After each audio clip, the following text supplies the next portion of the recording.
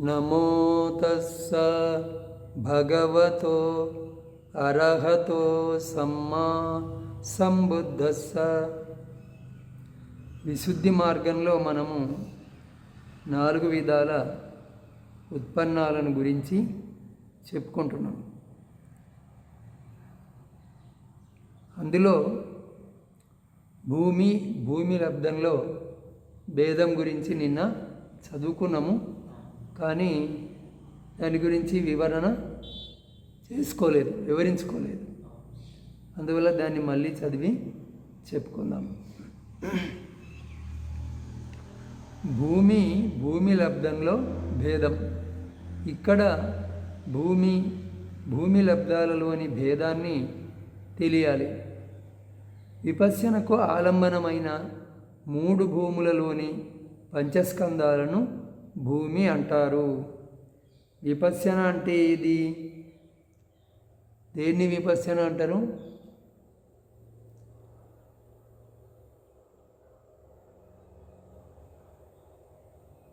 విశేషంగా చూడటం.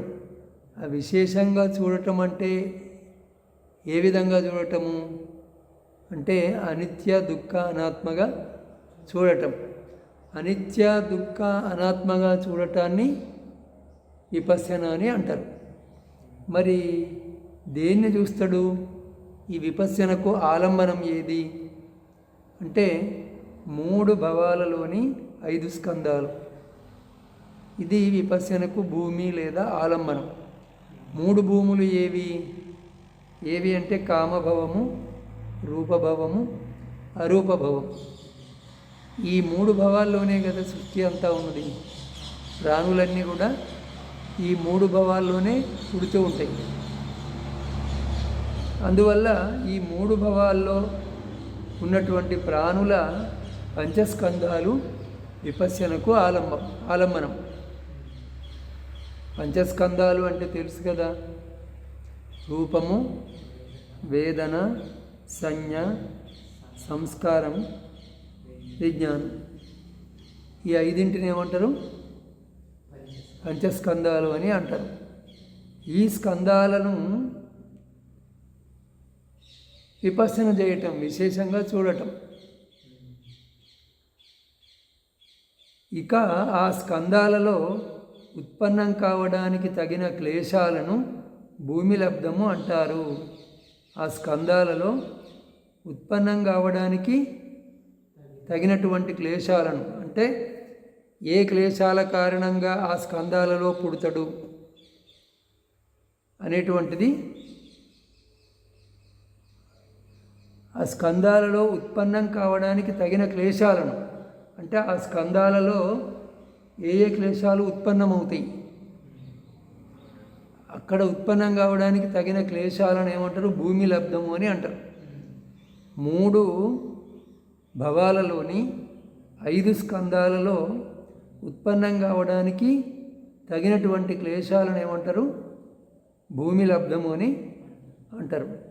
ఎందుకనగా వాటి నుండి ఆ భూమి దొరుకుతుంది కనుక భూమి లబ్ధము అనబడతాయి.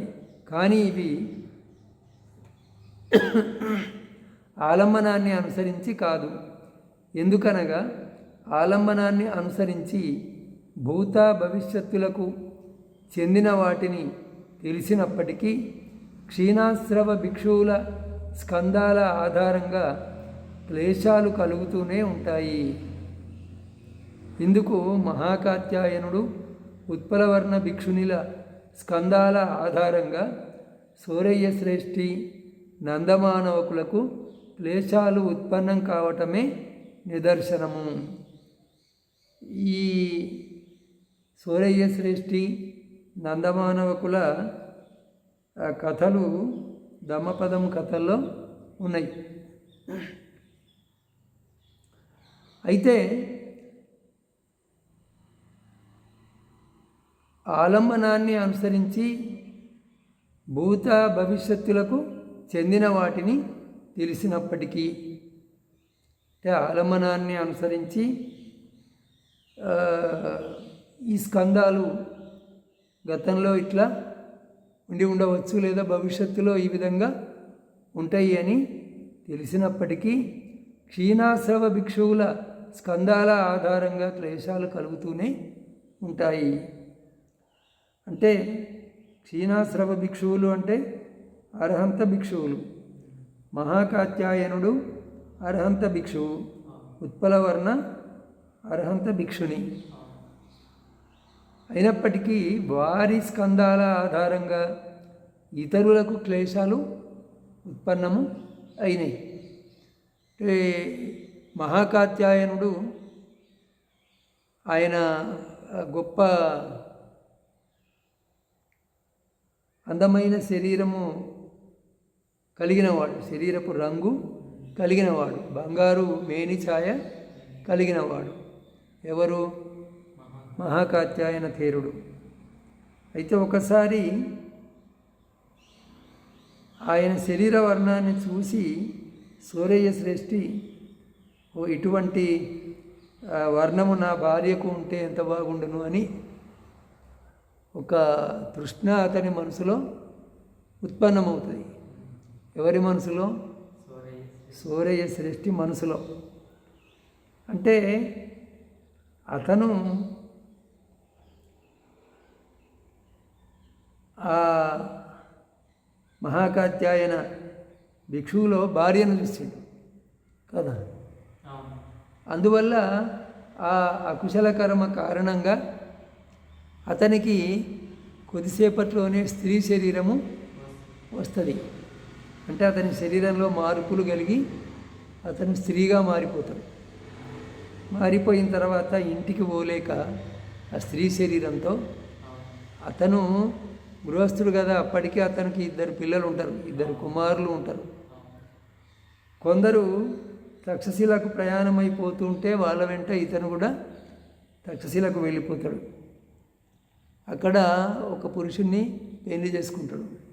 అంటే పెళ్లి చేసుకుంటుంది అనాల, ఇప్పుడు స్త్రీ కాబట్టి. ఆమెకు అక్కడ 2 పిల్లలు కలుగుతారు. ఇట్లా అయిన తర్వాత కొన్నాళ్లకు ఈ శ్రావస్తి నుంచి తక్షశిలకు కొందరు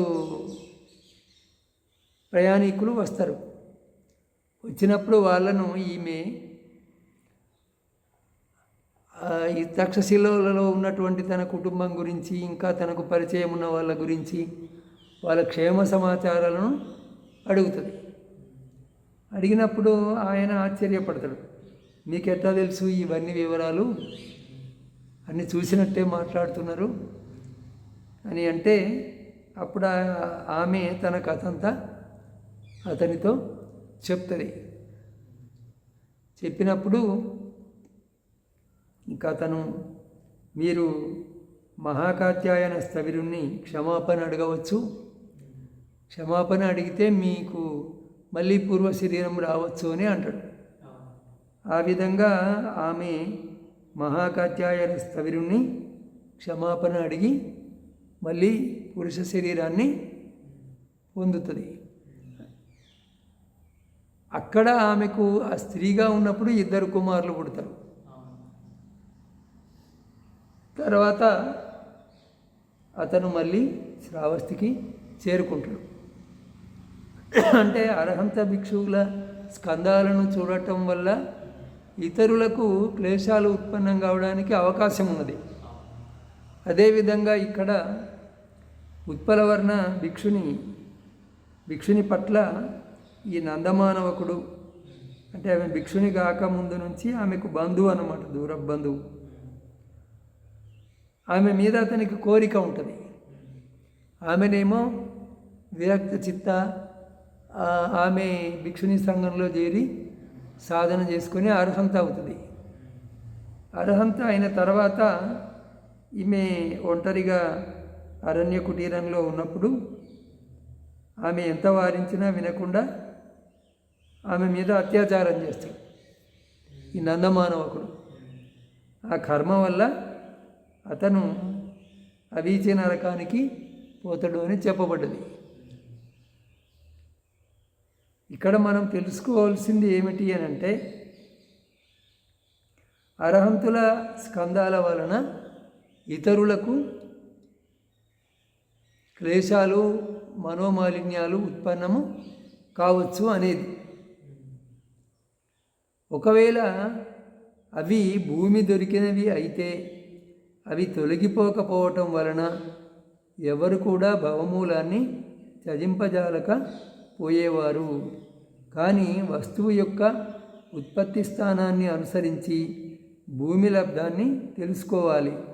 విపశ్యన వలన తెలియబడని స్కందాలు ఎక్కడెక్కడ ఉత్పన్నమవుతాయో అక్కడక్కడ ఉత్పాదము నుండి ఆరంభించి వాటిలో గల వర్తమూల అంటే భవచక్రంలో పడవేసే మూలం, వర్తము అంటే భవచక్రం, వర్తమూల క్లేశ సమూహ అనుశయాన్ని అప్రహీనం కావటము అంటే తొలగిపోనివి కావటం అనే అర్థంలో భూమి లబ్ధము అని తెలుసుకోవాలి.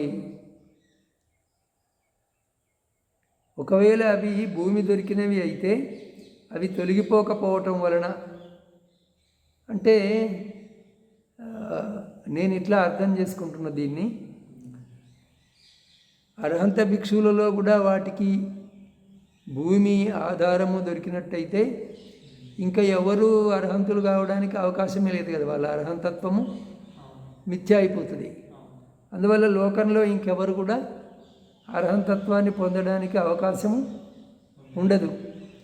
అందువల్ల భవమూలాన్ని త్యజింపజాలకపోయేవారు అంటే ఈ భవానికి ఉన్నటువంటి ఆధారాన్ని, అదే మరుజన్మకు ఉన్నటువంటి ఆధారాన్ని తొలగించగలిగేవారు కాదు అని. అందువల్ల విపశ్యన వలన ఈ తెలియబడని స్కందాలు, విపశ్యనతో తెలియబడని స్కందాలు అంటే ఇవి అనిత్యము, దుఃఖము, అనాత్మ అని తెలియబడని స్కందాలు ఎక్కడెక్కడ ఉత్పన్నమైతే అక్కడక్కడ ఆ ఉత్పత్తి నుంచి ఆరంభించి వాటిలో ఉన్నటువంటి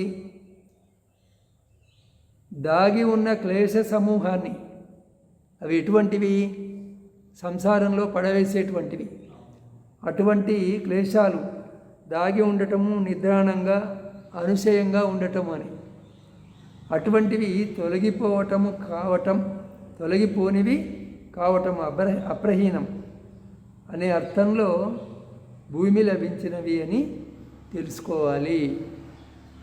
తొలగిపోనివి అనే అర్థంలో నిద్రిస్తున్న క్లేశాలు అంటే అనుశయంగా ఉన్నటువంటి క్లేశాలు ఏ ఏ స్కందాలలో ఉన్నాయో వాటికి అవే స్కందాలు ఉత్పత్తి స్థానాలు. ఈ నిద్రిస్తున్న క్లేశాలు ఏ ఏ స్కందాలలో ఉన్నాయో వాటికి ఆ స్కందాలే ఉత్పత్తి స్థానాలు, అంతేగాని ఇతర వాటి స్కందాలు కావు. అంటే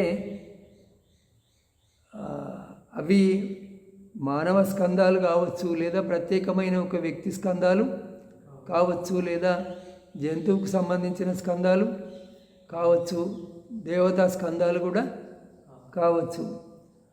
అవి ఎక్కడ ఉంటే అక్కడ అవే వాటికి ఉత్పత్తి స్థానాలు, కానీ ఇతర స్కందాలు ఉత్పత్తి స్థానాలు కావు.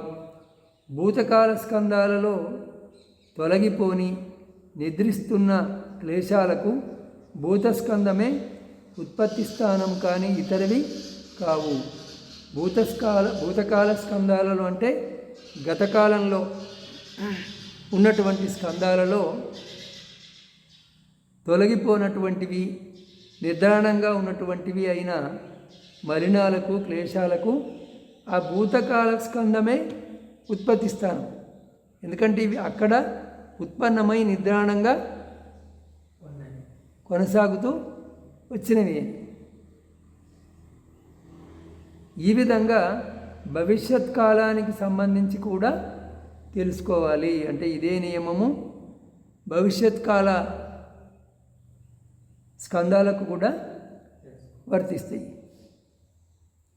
వర్తిస్తుంది అని. అలాగే కామావచర స్కందాలలో కూడా తొలగిపోని లేదా నిద్రిస్తున్నటువంటి క్లేశాలకు కామావచర స్కందమే ఉత్పత్తి స్థానము, ఇతరవి కావు. అంటే రూపావచర, అరూపావచర స్కందాలు కావు. ఇదే ప్రకారము రూపావచర, అరూపావచర మొదలైన వాటిలో కూడా తెలుసుకోవాలి. అంటే అక్కడ ఉత్పన్నమయ్యే వాటికి అవే కారణము, ఉత్పత్తి స్థానము కానీ కామావచర స్కందము కాదు అని. అంటే ఎక్కడ ఉత్పత్తి అయితే అదే దానికి ఉత్పత్తి స్థానం, అంతేగాని తక్కినవి కాదు అని. శ్రోతాపన్న మొదలైన వారిలో ఆయా ఆర్య పుద్గలుర స్కందాలు ఆయా సంసార వర్తమూలాలు గల క్లేశాలు ఆయా మార్గాలతో తొలగిపోతాయి. శ్రోతాపన్న మొదలైన వారిలో ఆయా ఆర్య ఉద్గలుర స్కందాలు ఆయా సంసార మూలాలు గల క్లేశాలు ఆయా మార్గాలతో తొలగిపోతాయి. ఆర్యపుద్గలురు ఎందరు? 8 మందిని ఆర్యపుద్గలురు అని అంటారు. మార్గస్థుడు, ఫలస్థుడు 4 ఇవి ఆర్యస్థితులు. అందులో మార్గ ఫల భేదంతో 4 × 2 8. ఈ 8 మంది ఆర్యపుద్గలురు. అయితే ఇందులో శ్రోతాపన్న మొదలైన వారిలో ఆయా ఆర్యపుద్గలుర స్కందాలు ఆయా సంసార మూలాలు గల క్లేశాలు ఆయా మార్గాలతో తొలగిపోతాయి. శ్రోతాపన్నునిలో ఉండేటువంటి క్లేశాలు శ్రోతాపన్న మార్గంతో తొలగిపోతాయి. దేనిలో ఏవి తొలగిపోతాయో ఇంతకుముందు చెప్పుకున్నాం మనం. అర్హంతునిలో తొలగిపోయేటువంటి మలినాలు ఏవి, అనాగామిలో తొలగిపోయేవి ఏవి, సగదాగామిలో తొలగిపోయేవి ఏవి, శ్రోతాపన్నునిలో తొలగిపోయేవి ఏవి అనే వాటి గురించి ఇంతకుముందు మనము చెప్పుకున్నాం. అందువల్ల ఆయా మార్గాలతో ఆయా క్లేశాలు తొలగిపోతాయి అని తెలుసుకోవాలి. వారిలో ఈ స్కందాలు తొలగిపోయినందున ఆయా సంసార మూలక క్లేశాలు ఉత్పత్తి కాకపోవటం వలన అవి భూమి అనబడవు. ఇప్పుడు వారిలో ఈ స్కందాలు తొలగిపోయినందున అంటే ఆ స్కందాలు తొలగిపోతాయా అంటే తొలగిపోతాయి. ఆ స్కందాలను అంటిపెట్టుకుని వాళ్ళు ఉండరు. ఉపాదాన స్కందాలు అనబడయి వారిలో, అవి అనుపాదానం అయిపోతాయి. అందుకే వారిలో తొలగిపోతాయి. కానీ ఇతరులకు వారిని చూసినప్పుడు మాత్రము క్లేశాలను అవి కలిగించవచ్చు, ఇంతకుముందు చెప్పుకున్న విధంగా.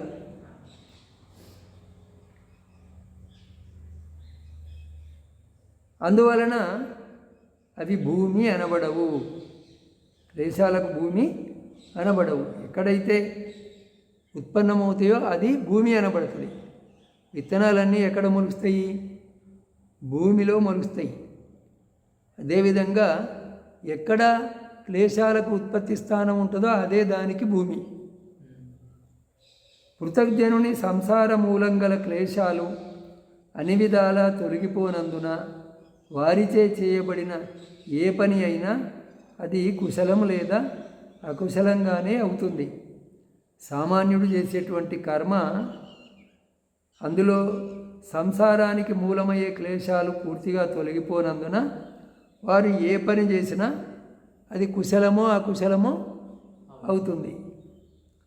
ఈ విధంగా వారు కర్మక్లేశ కారణంతో భవచక్రపు వలలో నిరంతరము చిక్కి ఉండవలసి ఉంటుంది. ఈ విధంగా ఈ పృథగ్జనులు, ఆర్యులు కానటువంటి వారు పృథగ్జనులు, ఈ 8 తరగతులకు చెందని వారు, ఈ కోవలోకి రాని వారు పృథగ్జనులు, అజ్ఞానులు అని. వీరు చేసేటువంటి కర్మ కుశలంగానో అకుశలంగానో ఉండి అది మళ్ళీ జన్మకు కారణమవుతుంది. భవచక్రంలో ఆ భవచక్రపు వలలో పడి నిరంతరము తిరగవలసి ఉంటుంది. ఇక్కడికి ఈరోజు చాలు.